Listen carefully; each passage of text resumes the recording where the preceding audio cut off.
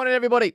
How we doing? Sammy United People's TV. It's Wednesday. That's what happens after Tuesday. We've got Fenerbahce tomorrow. Roll the sleeves up. Let's get the show on the road. We're going to be speaking about all the youngsters who joined in with first team training yesterday. The likes of Sekou Kone. First time we've seen him involved. We had Harry Amass, Amir Ibrahimov, Bendito Mantato, Ethan Wheatley, Ruben Curley. Lots of them.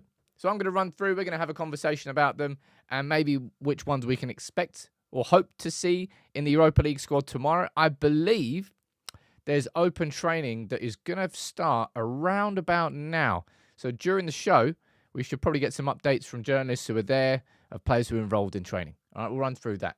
And yeah, we'll speak about Lisandro Martinez at left back a little bit more. Thomas Frank's comments on, well, not directly on potentially become a Manchester United manager, but just if he's offered a job at a club of that size. And the Xavi whispers and just meh. That's all. I don't know why anybody is running with headlines around Xavi. Like, come on, people.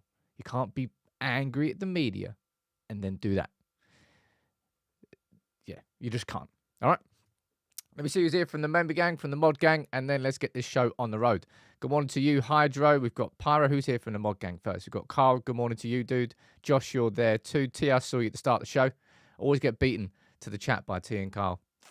I just can't beat them. They're too good. Good morning to you, C-Bomb. We've got Victor, Steve Brooks, Steve Denham. Couple of Steves. Lyle, Lone Wolf, Daniel. And on Facebook, we've got John Mort. We've got Yusuf, Charles. Good morning to everybody.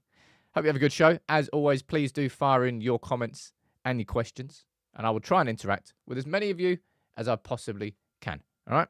So, let's talk about it. Last night, I think I said this before. I can't remember after what game earlier last season. I can't remember what it was. But I just said, like, Vinicius Jr. just is such a standout player to watch. He's such a Real Madrid player. You know, like sometimes when you're watching Real Madrid, it really does feel like you're watching a game of FIFA. And I mean that in a complimentary way. Like that goal that he scored, well, both of them, the second and the third, really. But the second one in particular, where he just picked the ball up, 10, 15 yards in just outside of his own box and just straight lined, just a beeline. Emre Can had no chance of catching up with him. Great finish, great goal from a wonderful player who probably should be winning the Ballon d'Or this year. I think so anyway. Yeah. He's exciting. And Garnacho absolutely loves him. You remember this was it last season?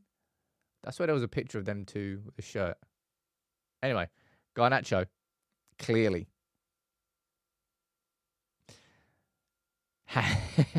He holds Vinicius Jr. in high regard, and so he should. Now, truth be told, and this isn't me being pessimistic, this is me just with a little bit of foresight that I think everyone has, but no one wants to say. At some point in the next 3 years, we'll be having a conversation about Garnacho and Real Madrid. I'm not looking forward to that conversation, all right? Pyro saying, is it just me or is Mbappe turning into an average player at Madrid? I mean, no. No, he's not. He's scored plenty of goals already, but I imagine it will take some time until he's... I suppose you can't really have that. I suppose when you're a player like Mbappe, you need to hit the ground running straight away, but that's the expectations of it. PSG drawing with PSV last night, 1-0. Anyway, Vinicius Jr., man. What an absolute baller. And I hope he wins the Ballon d'Or. Do you remember that bit of commentary came up again on Twitter yesterday? You know when Rio Ferdinand, was it last year? I think it was last year. He said Ballon d'Or about 9 times in reaction to Vinicius Jr. scoring. Bit weird. Anyway, I think somebody mentioned this in the live show yesterday, but this is just a little fun thing. Diego Forlan is going to be making his professional tennis debut next month. Have there been any other examples? That would be a cool little Instagram carousel post to do. Have there been any other examples of former United players going into different sports? I can't think of any off the top of my head. I'm sure they must exist. But Diego Forlan, Looks like we're going to be watching him play tennis. A little lefty. I do like a lefty when it comes to tennis. That's why I like Nadal. Just didn't like Djokovic. Man, we were treated. Lived through the absolute pinnacle of tennis. You're never going to see anything like Federer, Nadal, and Djokovic. And then, unfortunately for Murray, because of all the rest of the three of them, just all playing at the same time. Incredible. Anyway, I'll be watching that. Oh, yeah, Rio did the boxing match. That was weird. Kelt Sean, you're saying Barthez did he do motorsport? That sounds like something Barthez would do. I could just imagine him in like a touring car, just, with a big old neck thing, just poking his head out the window. That sounds like something that Barthez would do. Absolute nut job. Anyway, that might be a little fun thing to look at. Cowboy, in no universe does Garnacho go to Real Madrid the next 5 years. They got no need for him. I mean, let's hope so. They've got, who have they got? I don't know who they've got now. They've got Rodrigo right now. Got Vasquez, who scored yesterday. They've got Vinicius Jr. Mbappe is more of a central player. I'm sure there's others I'm forgetting about. Endrickens in. That's just not fair, Gov. It's just not fair. Anybody watch Ludwig on BBC? Random, but good fun. I enjoyed it. Anyway, let's move on and let's speak about the youth. And I want to focus on this little tiny bit of news here first, right? Jack Wilshere leaving Arsenal's youth academy setup to become a first-team coach at Norwich. Just that little nugget there from David Ornstein saying sources close to Max Dowman and his family suggest they're extremely disappointed that Wilshere is leaving. And maybe like, if you don't know who Max Dowman is, he's in the same way that Chido Obi-Martin was hailed as one of the top talents in the Arsenal academy system when he was there. Of course, he left and then he's joined Manchester United. Max Dowman is somebody who a lot of people are keeping their eyes on. Certainly one to watch for the future. Maybe United could do it twice. Obi-Martin, across you come. Max Dowman, across you come. Because certainly there is a shift that started. I'll pull this photo up now. There is a shift that has started and a shift that I think will continue at Manchester United of focusing on younger signings. And I really think that is crucial to actually bringing United back to the top table. I sort of passionately think that just signing established players is the track record at Man United is so awful. It really, really is. And anyway, let's move on to talk about a player that we've been waiting to see, and we will still wait to see, because Sekou Kone is not going to be involved in the Europa League squad, and I'll explain why. But Sekou Kone was in first-team training yesterday, right? And it's the first time that we've seen. So he, of course, joined in the summer from Gidaz FC from Mali. And since then, he's had around about 2 months to sort of adjust himself, adjust to life at Manchester United. He's been to watch the under-18s plenty of times. He's been to watch the under-21s. And I'm sure he would have been training with both of those teams. But he trained with the first team yesterday. Now, I didn't realise this. Pretty big bloke. I mean, Xerxes massive. I wonder if we'll see Xerxes. I wonder if we'll see him starting in the first team tomorrow. Anyway, certainly one for the future, right? It's not one for now. He's 18. He's just moved from Africa. But it's the first of a different type of signing because Manchester United, I'm not sure how many actual academy signings we've ever made from Africa. I haven't done the research into that, so I can't say off the top of my head. So I'm sure there will be others. But we certainly haven't made that many. I'd be interested to know that. When's Kone and Obi-Martin going to play, says Stephen? Well, Obi-Martin made his debut for the under-18s at the weekend. And I can't imagine that Sekou Kone is too far away. But this is one thing to know, right? So Sekou Kone wasn't included in the Europa League A squad. Okay? You can see his name's not down there among the midfielders. Now, of course, players could be added from the B list, and that's why there's going to be some youngsters there. You'll be like, I can't see any off the top of my head, but there will be some players who are like, why aren't they included? But because they're on the B list and they qualify for the B list, they'll be fine. However, this is, I know it's boring, but this is the actual UEFA ruling of how a player can be on the B list, right? And they have to be born on or after the 1st of January 2003, and since he was 15, been eligible to play for the club for any uninterrupted period of 2 years. So that means that Sekou Kone can't be put onto the B list. So you won't be seeing Sekou Kone involved in the squad to face Fenerbahce. So don't get your hopes up, all right? Nor do I actually think he would be. Let me see what he's saying down here. Gaz saying Kone and Amass won't play tomorrow unless there are injuries or sickness. Well, I've just explained to you that Kone won't be involved in the squad. Amass, I imagine he will be involved in the squad. Yeah, Ross. Yeah, I don't know how many that we've actually signed directly from an African team. You mentioned Baram Diouf there. I'm sure there's others that I can't remember off the top of my head. But I can't remember that many. I don't know whether it's going to be the first of many. But just like there's so much talent in South America, there's so much talent in Africa. There's so much talent on every continent. You just need the right scouting networks and the right contacts to be able to find it.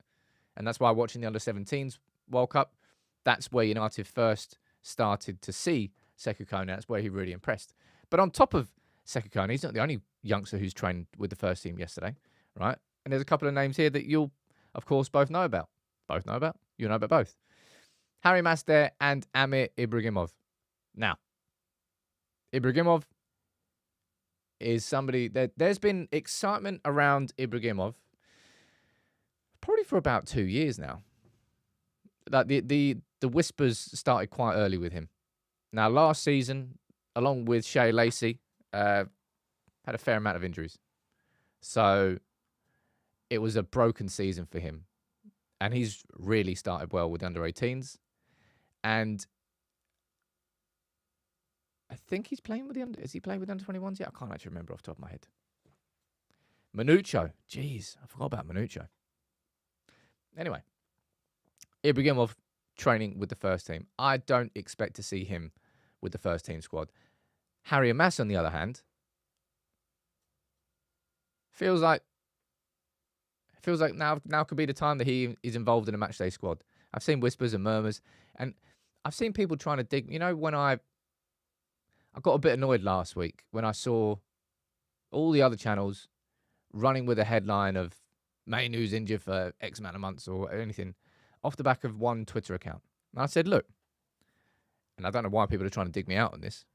I said, that information might be correct, but not reliable enough for you to run a headline with it. That's just irresponsible. It might be proven to be correct, but you certainly wouldn't put any money on it.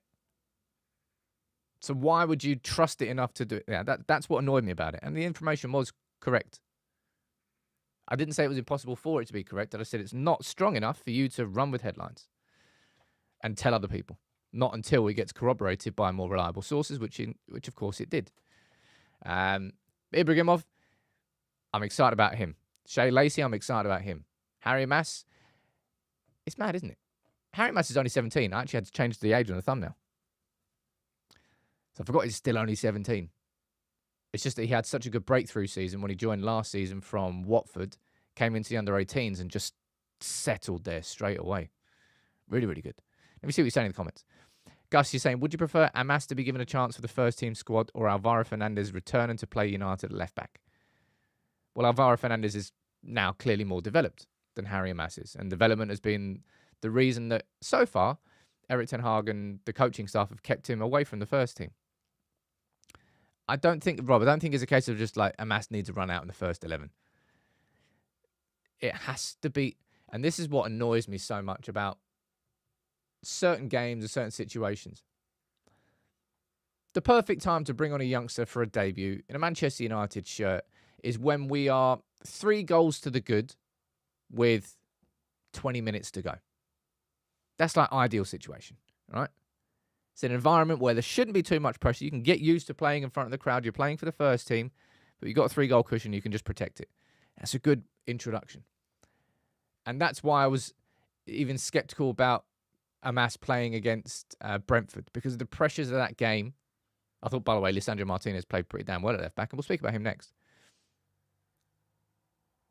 But for so many United fans, because they're frustrated, what would make them feel better is if they just see a new player there, a young player there, and the hope and the prospect of that player nailing it. Because it could well work out. But in terms of that youngster's career, first impressions are very important. And if you have a bad first impression, your confidence is going to be massively knocked. And B, it's probably going to set you back a little bit. So it's a case of knowing when. And look, people are going to be angry. Maybe people are going to disagree with me on this one. I think Erik ten Hag has done very well with Kobbie Mainoo. I think he overused Garnacho last season, but Garnacho sort of stood up to it. Man, Garnacho built resilience last season and availability, which is one of the most important things with footballers. I actually think Ten Hag has managed youth players quite well. And we're not coaches. We don't see what goes on every single day. And just to people, like the Alvaro Fernandez situation was a complete and utter balls up in every sort of department, from the medical staff to Ten Hag to the transfers to every single aspect of the whole Alvaro Fernandez situation was just a messed up and complete mistake. Okello saying, where is Toby Collier? Don't actually know, if I'm being totally honest, because he wasn't involved yesterday either. Now, there were some other players, right, who trained yesterday. I think that's Bendito Mantato. That's Rude peeping on the background. That's Ethan Wheatley there, and that's Ruben Curley. However, there is this squad here, which gives you a little bit of a hint of who may or may not be involved, right? This is the under-20 squad. I think they're flying out to Lithuania today? Or have they already flown out to Lithuania? I don't know. I think they're playing in Lithuania. Anyway, these are the players who are involved in this squad. Now, you'll see there's no Ibrahimov. I think Mantato is involved with England's under-17s. I don't think Ibrahimov is this time. We see that Tyler Fletcher's there, Jack Fletcher's there, Godwill Kukonki, who lots of people are speaking about now. Man, I have not seen a 16-year-old with the frame of that dude. If you haven't looked at him, I saw Stehausen has done a video on him. My personal opinion is that I don't want to do videos on these players when they're a little bit too young, because that's going to put the spotlight on them. But he certainly is a prospect to look at coming through. Anyway, lots and lots of youngsters training with the first team, and it's exciting. It really is. And I think probably the one that everyone's most excited about seeing is Sekou Kone coming into midfield, seeing what he can bring as a prospect. Let me see what you're saying down here in the comments. Dennis, I have a question. Someone that is subscribing to a TV. I was about to watch training that is live now. I have no idea what you're asking there, Dennis. None whatsoever. What else is he saying down here? United is not the only team with players going to AFCON. AFCON isn't the only tournament happening. Oh, some of these comments are weird. I think the question is, how important to Erik ten Hag is the Europa League compared to the Premier League? So I think that's a fair question, but given that we've drawn our first two games, I'd say Fenerbahce is pretty important. Twente should have been a game that we won. And our two hardest games in the Europa League, we've had back-to-back, Porto away and Fenerbahce away. If you can come out of those two games undefeated, I don't think it's a bad thing, but to start off the Europa League with 3 draws, don't know, wouldn't be the best start. It could be worse. It wouldn't be the best start. Gabriel saying, I think Delo looks comfortable in the right back position and better at inverting from the right. Yeah, well, he is a right back. He can play left back, but he's better at right back. And the thing I really liked in the second half was he actually held the width. And it was actually, by doing that, he dragged the defence wider, and that gave Rashford extra space in the middle to float in between. And that's where he got the cross for Garnacho's goal. And that's where he was actually quite dangerous. Elvis saying, Sam, update on the podcast. Very good question there, Elvis. And I'll tell you what, people, I'm working on something in the background which will be very exciting. I think I've already said it to you, but I want to be starting the podcast back in a different sort of format. Going to be making a pilot episode probably in the next week or so, testing it all out. And if it works, hoping to launch in November. So keep your ears peeled. Don't know.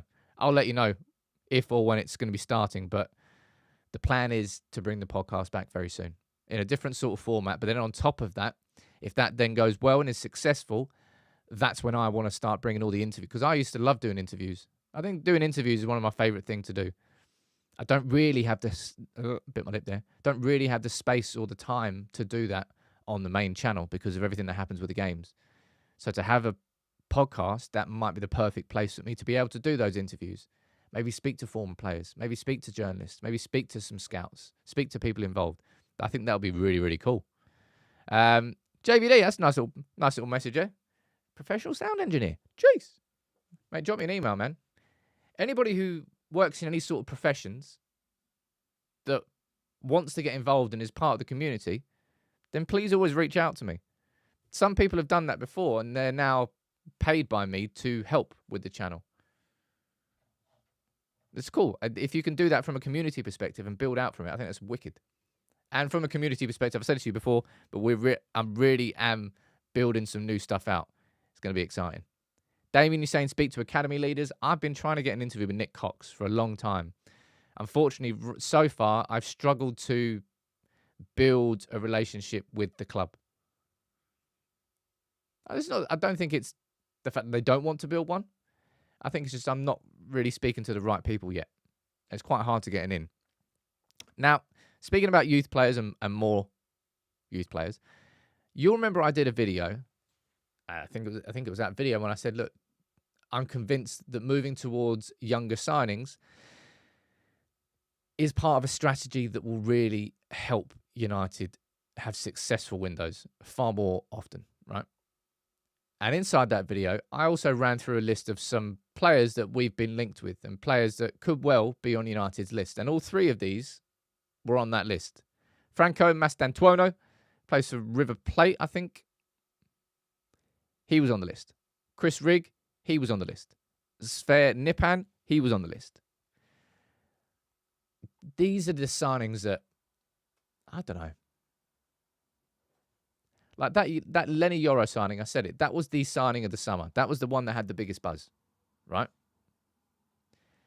Because it felt like we competed with Real Madrid. It felt like we beat Real Madrid. And it felt like, wow, we've got an 18-year-old here who... It's the excitement of... And this is why like youth players will always have that same buzz with any club and with any player, right?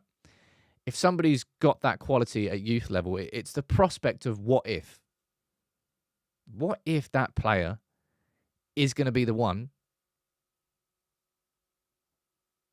to turn into a world-class star? What if it's him? And that's why I think United fans and all football fans will be excited about younger prospect signings. Because in my opinion, I've said this before, and I will absolutely stand by this, there is nothing better than watching somebody sign to your club who is not just a prospect, but already like a top talent, but somebody who just grows into the star. And Rooney, we've seen so many good ones under Fergie. Like Rooney and Ronaldo are the top two, but there are so many other examples you can throw into that category where for 5, 6, 7 years as a United fan, you get to watch this player grow into a world star whilst wearing a United shirt, and you can share the buzz. Lots of you down there speaking about these players. Sven Nipan, is it Rosenberg? Yeah, Rosenberg in the preseason. He looked very, very good. Both Nipan and Chris Rigg, more on the right wing, I believe. Mastantuono plays a little bit more centrally. But these are the sorts of players that United could and should have on the list. And it really does seem, and this is, maybe it's the fact that we didn't have the resources before. Maybe it's the fact that we've now got, what's his name? Christopher Vivell. Literally, his job is head of global talent. It's his job to find the best under 18s player. And this is a big issue because of Brexit.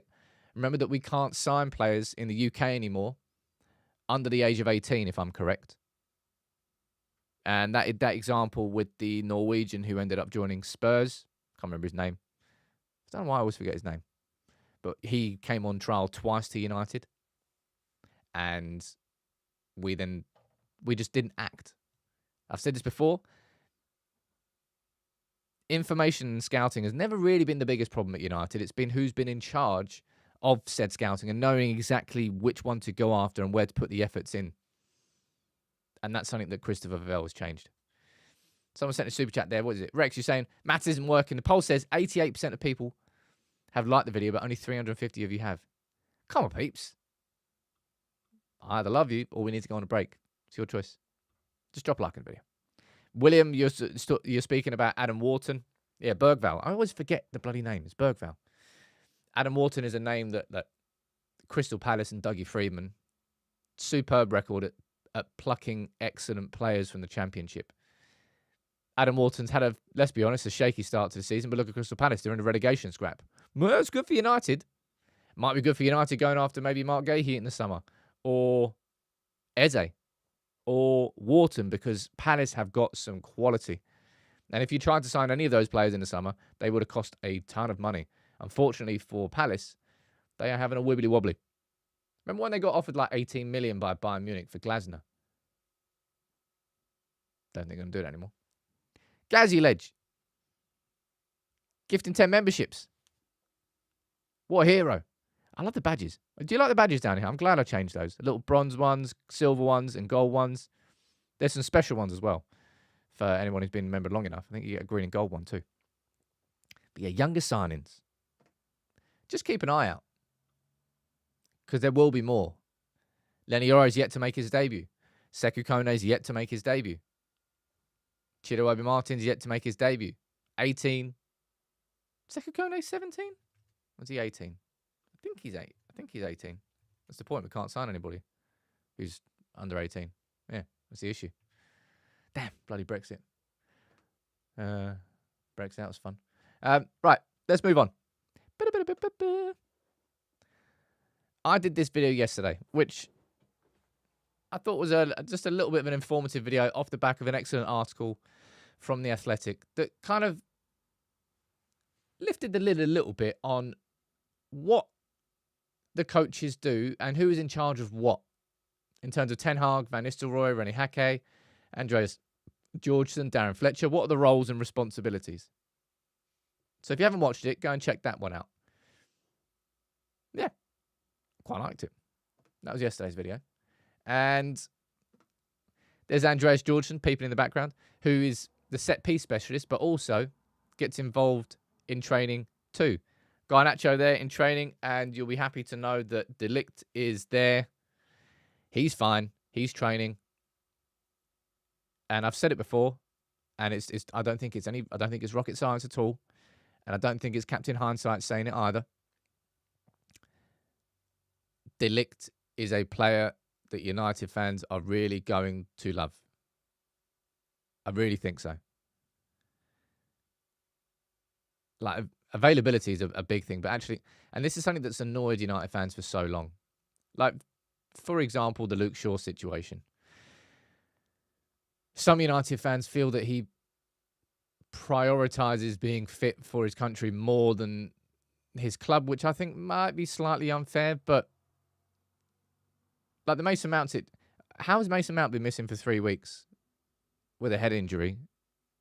And De Ligt is, well, he played the second half and he's straight back in training. Maybe Mount's was more severe. I can't remember. Maybe he had some actual stitches. I've no idea. But yeah, I said this straight away. I said, if De Ligt stays fit, I think De Ligt is going to be Manchester United's captain. I can see it. And I'm not just talking because he got bloody against Brentford and then he came back. But there's being a Manchester United player, there's wanting to be a Manchester United player, and there's committing yourself to being a Manchester United player. And I think that's what De Ligt did in that second half.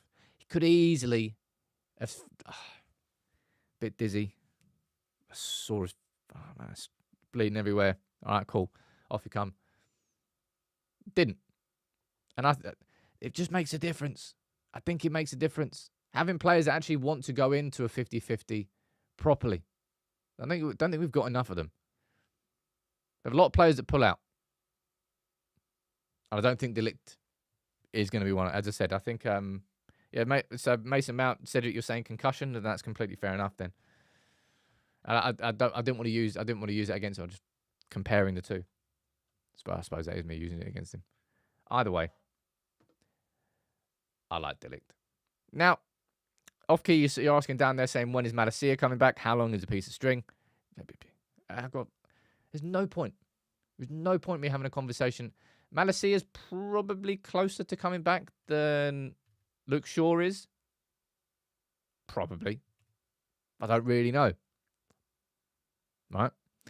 Now, I actually said this yesterday. Look, Lisandro Martinez got used as a left back against Brentford. And I actually think he was very good.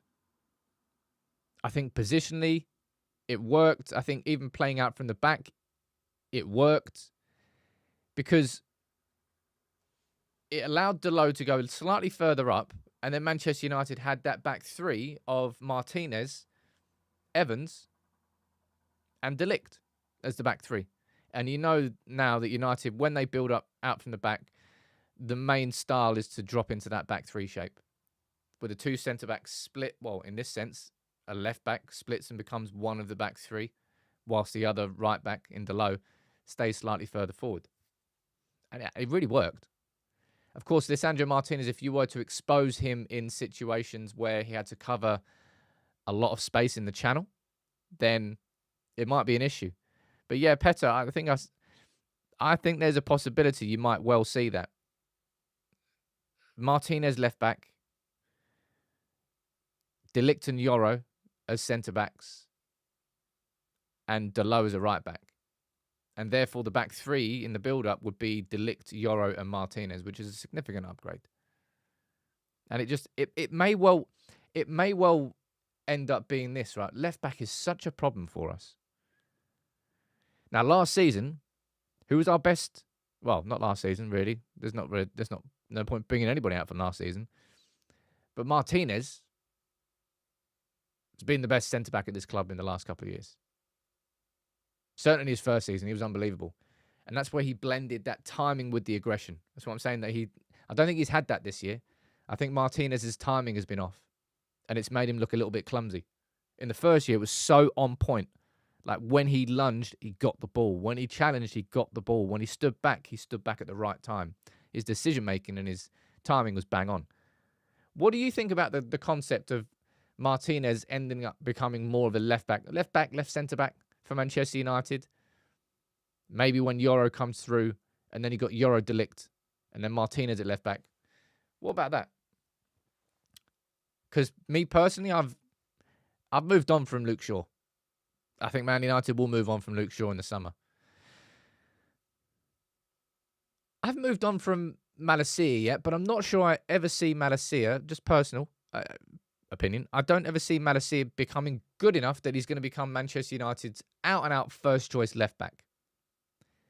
I think he could remain inside this squad and be a really good option, but I don't think he's going to be starting 30-plus Premier League games in a season for us, ever.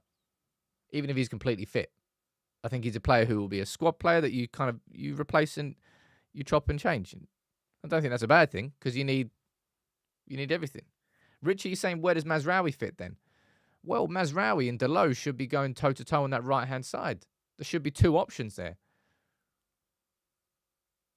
And Mazraoui, of course, can play left-back too.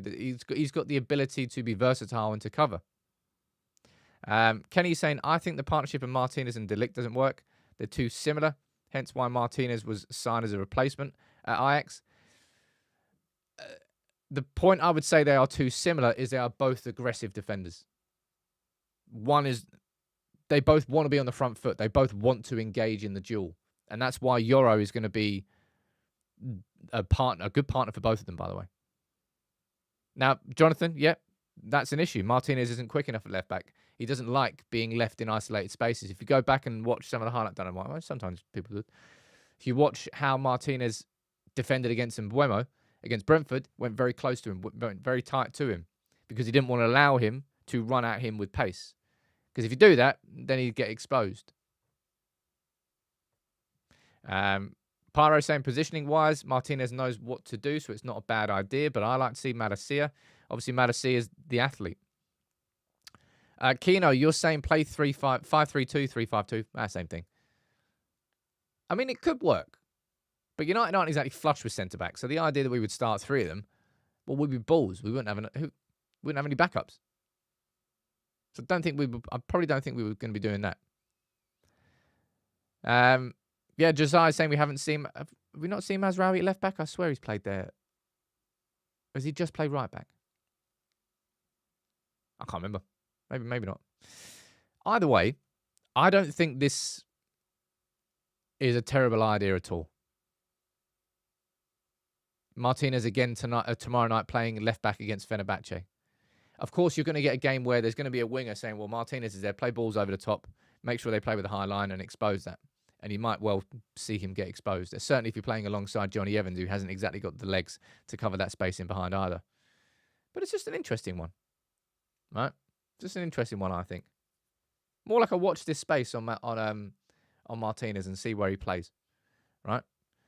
Mazraoui played a few minutes of left back against Brentford. Well, there you go.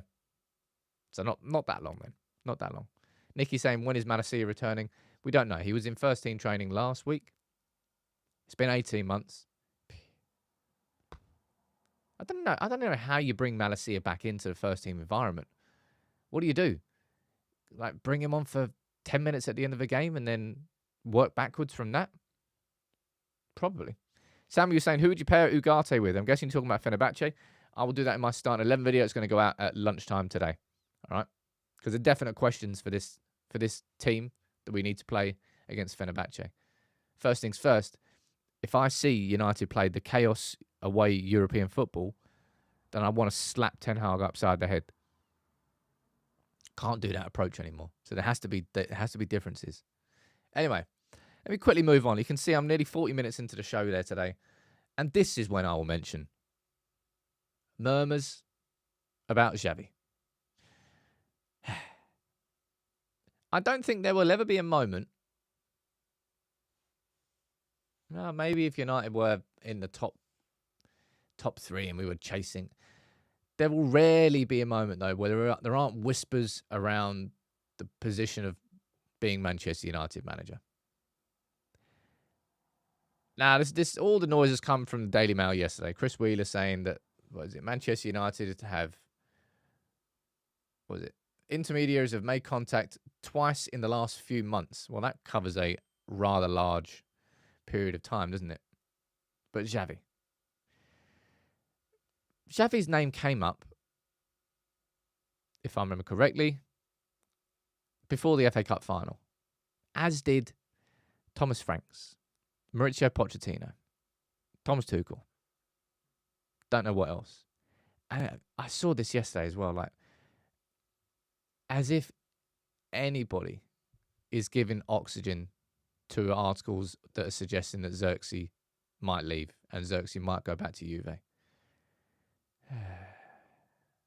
It's just some people you can't help, right? Some people you can't help. I think some people just enjoy it. I think some people enjoy like the faux anger in reacting to stuff that they know full well is just a pile of crap. But there's currency in reacting wildly to it. United aren't in touch with Xavi, man. All right? Cool. We'll move on. Now, not move on. This kind of a classic headline here. Thomas Frank, managing a big club like Manchester United wouldn't improve my life. Which is, of course, not what he directly said. He was asked on a podcast. Here's the full quote. He was asked on a sports agent podcast what impact taking a job at a club like United would have on him rather than directly United. He was like, well, not really sure it would make my life better. Because it probably won't. In fact, it won't. Probably won't. It won't. What? Depends on your definition of better. To manage a club like United, you have to deal with like the exposure in your life. Was it last season? Or was it the first season? Remember, like Ten Hag was getting getting like a bit of bread at a bakery. Headline news. Going for a bike ride. Headline news. I think Thomas Frank was this the impression I got from Thomas Frank before the United game? He sort of sympathised with the scrutiny that Erik Ten Hag has had on his job. Now, a lot of the scrutiny on Erik Ten Hag is fair and just. Like, come on, like we were 14th in the league. You are manager of a club like Manchester United. You are going to be scrutinised. But it was like the stuff before the FA Cup final. Old Jacob Steinberg, who's gone very quiet. He's probably blocked me, I'll be honest. When he came out that Ten Hag is going to be sacked regardless of the result. And it sent everyone into a tailspin.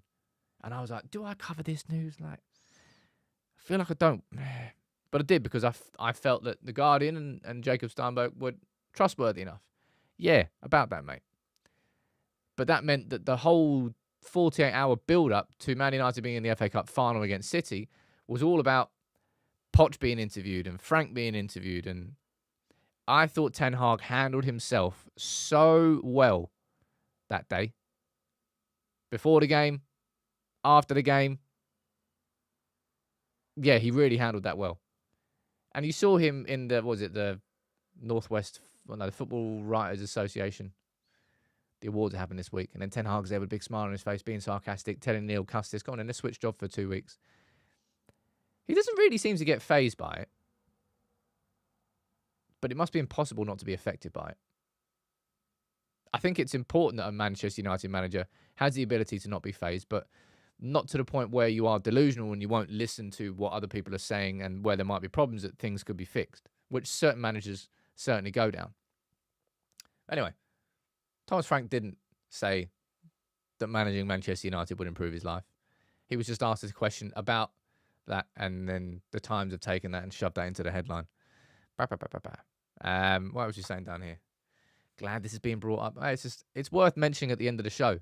It's not worth the headline of a show because it's not headline news in any way, shape, or form. And that's why I'm frustrated. Well, I do get frustrated. Right? Same with the main news situation. But yeah, the main headline for today and the excitement to take away from this is Sekou Kone is massive, first of all. But he is training with the first team. And that's the first chance that we've had to see him. And I thought the first team training was... There you go. A live training session is happening right now. Anybody else out there? Let's have a quick look. Try and see if I can spot any players.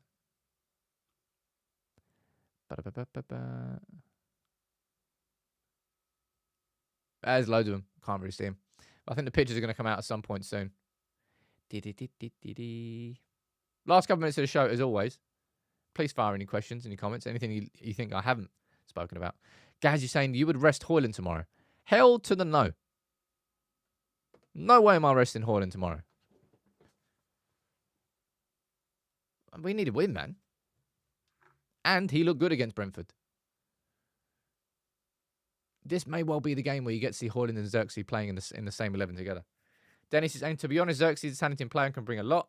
But if we have our team having him as our number one striker, that'll then we can get rid of Bruno. What's that got? Man, people still... I just won't for the life of me ever understand the energy that United fans have towards getting rid of Bruno. Like Christ almighty, man. See how many problems this team squad has that I would fix before I even entertain the conversation. of Bruno going. It's so far down my list. It's mad. Fred's going to score against us, says Stephen. Come on. Please not. Amrabat might start. I was reading the latest United We Stand. It was a nice interview with a Fenerbahce fan towards the end. That was pretty good. Xerxes, Ahmad saying, I can't lie, personally, Xerxes not impressed me.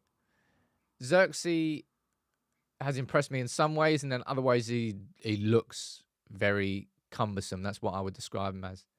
He's impressed me when he's played in the facilitator role, when he's dropped in and there's actual runners off him, and he's good with the ball at his feet there. But then in the last few games, his first touch is just, it's quite hilarious actually. I was having not an argument, a little debate with my mate Charlie before one of the United games, and I was saying, look, Xerxes' first touch is probably the best part of his game. And then the game happened, and Xerxes' first touch was absolutely poop. I was like, yeah, about that. He's had his moments, but he definitely looks slow. Is the way I would describe him. He looks slow.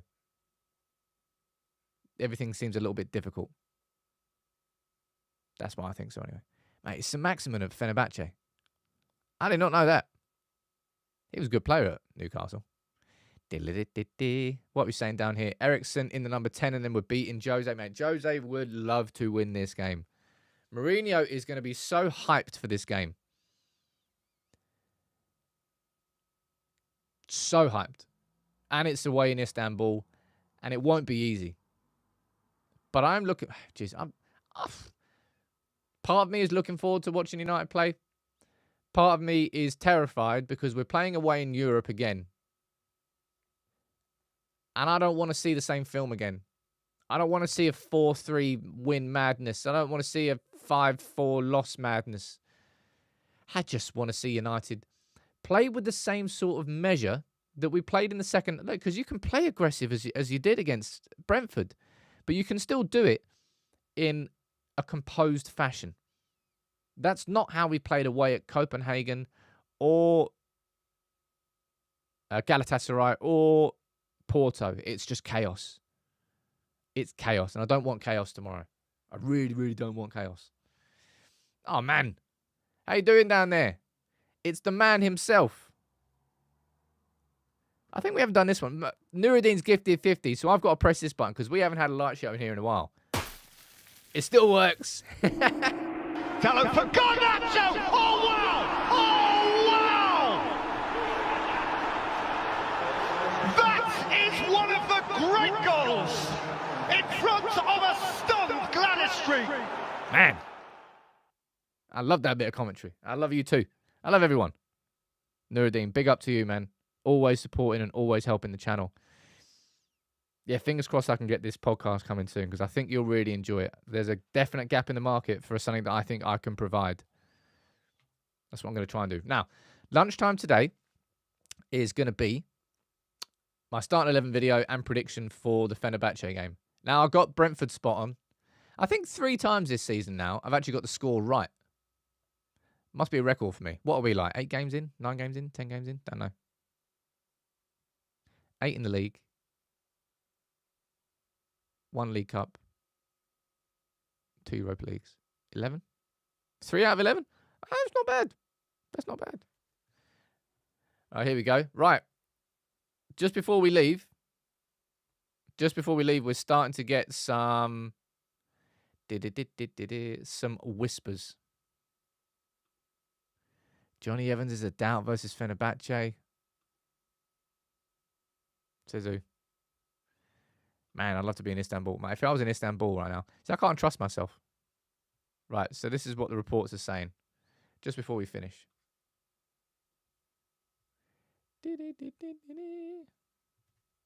That's good. So United players coming out to train at Carrington. No Johnny Evans, who is a doubt to travel. Bruno Fernandes has been given a couple of days off. So we can zoom in there. Who we got? Ericsson, Hoyland, Xerxes. Let's zoom in. Does that work? Is that Ugarte? Don't know who that is. Xerxes. Oh, there's Rude Cheeky in the background. Who's that over there? There's Delict. Ronnie Hake. Is that Ethan Wheatley? Don't know who those two are. Can't really see him properly. Is that Harry Amass? Don't know. Anyway, apparently Johnny Evans isn't training. Let's find out. Ba-da-ba-ba-ba-ba-ba. Right. Thank you all for tuning in today. Other reports saying that Luke Shaw is back training on the grass at Carrington. So remember that we had Lenny Yoro returning to grass. It looks like Luke Shaw might be doing some individual training on the grass as well. That's good for him. Sod knows when he will be back. All right. Big up to all of you. All right. Have a cracking day. Nuruddin, you're a legend. And Gaz, you're a legend as well. Thank you all for gifting memberships and making this community even bigger and better. You wait until we do the live show. This year, I want to do the live show. And I want all of you to come. I'll drop the link to the Discord. Right? That's down there. Have a wonderful day. I'll see you later.